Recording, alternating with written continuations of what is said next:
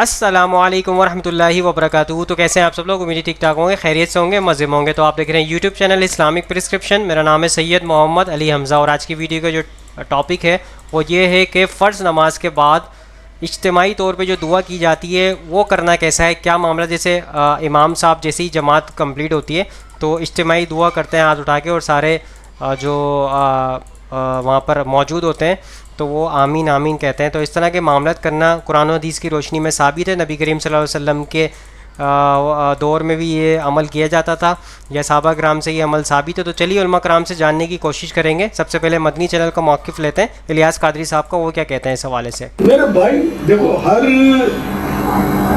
کام جو ہے اس میں یہ دلیل نہیں لی جائے گی کہ صحابہ کرام علیہ رضوان نے وہ کام کیا یا نہیں کیا. رضی اللہ تعالیٰ. دراصل اصول یہ کہ ہر وہ کام جائز ہے جس کا اللہ و رسول عز و جل و صلی اللہ تعالی علیہ وسلم نے منع نہ فرمایا.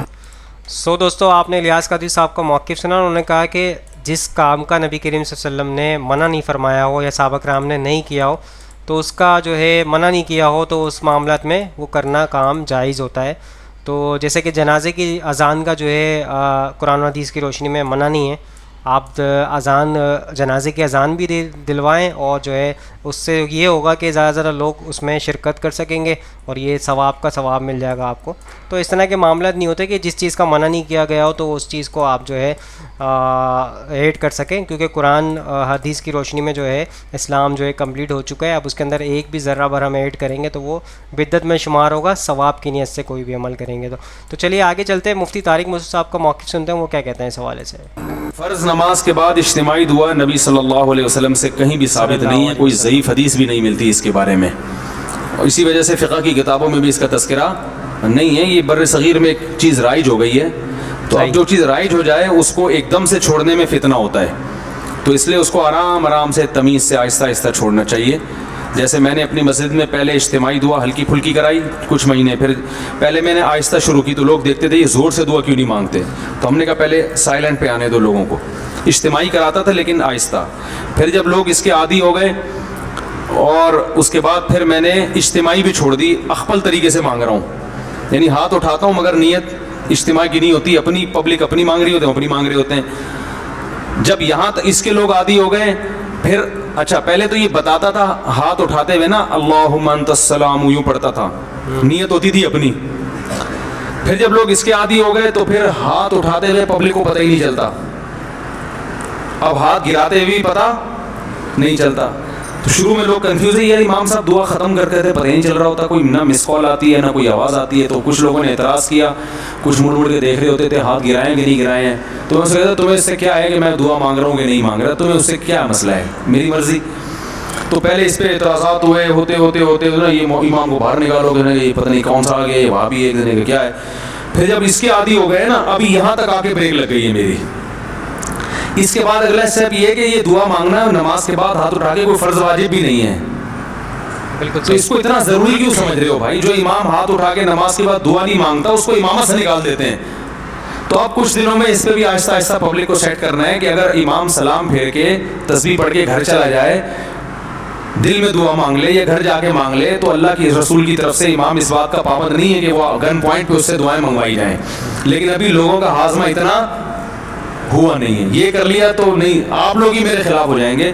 تو آہستہ آہستہ جہاں یہاں تک آ گئے تو اگلا اسٹیپ انشاءاللہ 10-20 سالوں میں وہ بھی ہو جائے گا، ٹھیک ہے نا. تو ایک دم فتنہ نہیں کھڑا کر دینا چاہیے، تمیز سے. ہر کام جب تمیز سے ہوتا ہے، لوگ کہتے ہیں نا کوئی اونچی آواز میں بات کرو گے تمیز سے بات کرو، کہتے ہیں نا. تو یہ کام بھی انشاءاللہ تھوڑی تھوڑی تمیز سے یہاں تک پہنچ گئی بھی بڑی بات ہے. یہاں تک ہماری مساجد میں اس اسٹیج تک پہنچنا بھی آسان کام نہیں ہے. اب دیکھیں جمعے میں دعا شارٹ ہے نا، آج جمعے کے بعد دعا مانگی میں نے نہیں ہے نا، پبلک کو پتہ بھی نہیں چلا، آپ لوگوں کو پتہ چلے گا چلے جائیں گے گھر، ٹھیک ہے. کوئی جمعے کے بعد تو اجتماعی دعائیں مانگی جاتی ہیں، وہ ضروری تھوڑی ہیں. تو کوئی ایک بندہ ایسا بھی ہونا چاہیے جو نہ مانگ رہا ہو، یہ بتانے کے لیے کہ فرض نہیں ہے. جو اجتماعی دعا خطبے میں ہوتی ہے وہ تو سنت ہے، وہ ہو گئی. خطبے میں ہم نے دعا مانگی نا اللہم اہدنا فیمن ہدیت وعافنا، یہ ہے سنت. بالکل صحیح، یہ ہم نے کر لیے. تو جو سنت دعا تھی وہ تو ہو گئی، اب آپ کو اختیار ہے اس کے بعد دعا مانگو نہیں مانگو. تو اس طرح سے ہم سیٹنگ پہ لوگوں کو سو دوستو طارق مرزا صاحب کا موقف سن لیا آپ نے. انہوں نے کہا کہ قرآن و حدیث کی روشنی میں نبی کریم صلی اللہ علیہ وسلم سے ثابت نہیں ہے کہ فرض نماز کے بعد دعا مانگی جائے. تو آہستہ آہستہ ہم جو ہے یہ عمل لا رہے ہیں اپنی مسجد میں کہ جو ہے آہستہ آہستہ اس کو چینج کرتے جا رہے ہیں, ختم کرتے جا رہے ہیں معاملات کو. چلیے آگے چلتے ہیں, انجینئر محمد علی مرزا صاحب کا موقف سنتے ہیں, وہ کیا کہتے ہیں اس حوالے سے. لا رہے ہیں. فرض نماز کے بعد اجتماعی دعا کیوں نہیں کرنی چاہیے؟ آمین تو ہم سورہ فاتحہ میں بھی کہتے ہیں, تو باہر نکل کے کیوں نہیں کرنی چاہیے؟ جیسے نماز میں بھی تو ہم درود پڑھتے ہیں, اسلام بھیجتے ہیں, تو نماز کے علاوہ بھی کیوں نہیں کرنی چاہیے؟ اس لیے نہیں کرنی چاہیے چونکہ جنازے کی اذان نہیں ہوتی. کیوں نہیں ہوتی اذان جنازے کی؟ ثابت نہیں ہے. اب کوئی نہیں کہے گا کہ یہ منع کہاں ہے, منع کدھر بھی نہیں ہے. یہ بدعت کی بنیاد ہی اس کے اوپر ہے کہ خیر الہدی ہدی محمد صلی اللہ علیہ وآلہ وسلم, صحیح مسلم 2005 نمبر حدیث, ہدایت یافتہ راستہ محمد صلی اللہ علیہ وآلہ وسلم کا ہے. یہ بدعت کے اوپر ڈیفینیشن ہی غلط ہے. بدعت پہ میرا یوٹیوب پہ کئی کلپس چڑھے ہوئے ہیں, ویسے 5 گھنٹے میں نے بدعت سمجھائی ہے. مسئلہ 75A اور 75B اس میں دیکھ لیں, میں نے کھول کے بیان کیا کہ یہ سوال ہی غلط ہے کہ جی وہ منع کہاں ہے. میرے بھائی دیکھو, ہر کام جو ہے اس میں یہ دلیل نہیں لی جائے گی کہ صحابہ کرام علیہ رضوان نے وہ کام کیا یا نہیں کیا. دراصل اصول یہ کہ ہر وہ کام جائز ہے جس کا اللہ اور رسول عز و جل صلی اللہ تعالی علیہ وآلہ وسلم نے منع نہ فرمایا. منع کی تو ضرورت نہیں ہے, ثبوت کی ہے. جس صفحے کے اوپر آپ کی کتاب میں عید کی اذان منع ہے نا, وہ تھلے ہی لکھا آیا ہے. ہاں انہیں سر نہیں جواب میں دیا گا کہ فرض نماز کے بعد دعا بھی منع ہے. تو کہہ رہی ہو تو صفحہ کوئی نہیں ہے, جڑا دعا ثابت ہے, یہ بھی کوئی نہیں لکھا ہے. نبی علیہ السلام کا اس میں وہ جو حدیث ہے 2738 جامعہ ترمذی میں انٹرنیشنل نمبر کے مطابق, ایک شخص کو چھینک آئی عبداللہ ابن مبارک کے پاس, اس نے کہا الحمدللہ والسلام علی رسول اللہ. تو عبداللہ ابن عمر کے پاس, صحابی تھے, وہابی نہیں تھے جناب, صحابی.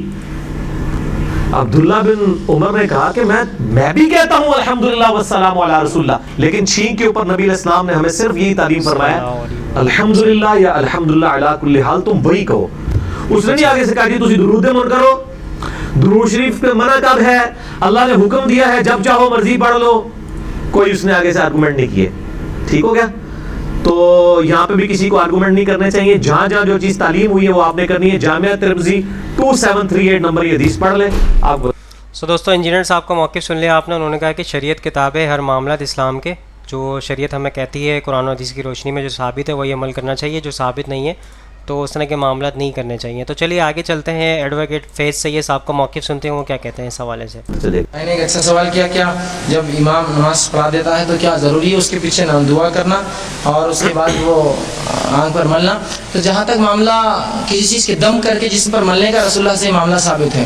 آپ صلی اللہ علیہ وسلم کی ایک روایت میں عائشہ فرماتی رسول اللہ جب بیمار ہوئے اور خود معوذتین سورہ فلق سورہ ناس پڑھ کر دم نہ کر سکے, مجھے حکم دیتے, میں دم کر کے رسول اللہ کی آنکھ پر پھونک کر ملتی. تو بہرحال یہ ثابت ہے کوئی شخص کچھ پڑھ کر دم کرے اور بہرحال جسم پہ لگائے. اسی طرح رسول اللہ فرمایا کسی کوئی جگہ تکلیف ہو تو ہاتھ رکھ کر بسم اللہ کہے 3 بار, یہ بھی ثابت ہے. تو اس طرح کے عمل جو ثابت ہے, دم کرنا, لگانا, پھونکنا, پڑھ کر کسی کو اس طرح سے دم کرنا بولتے ہیں اس کو, یہ ثابت ہے. اور دم کرتے ہیں ایسے عمل اس میں تھوڑا پھونک اور تھوڑی تھوک بھی نکلتا ہے اور اس کو آپ کر سکتے ہیں اس طرح سے, اس میں کوئی حرج نہیں. بہرحال اس کو دم کرنا کہتے ہیں. دوسرا سوال کیا ضروری ہے کہ ہم جب نماز پڑھیں تو امام کے پیچھے بیٹھ کر دعائیں کریں؟ تو یاد رکھیے رسول اللہ صلی اللہ علیہ وسلم فرماتے ہیں دعا مخ العبادہ, دعا عبادت کا مغز ہے. دوسری بات فرمایا دعا العبادہ, دعا عبادت ہے.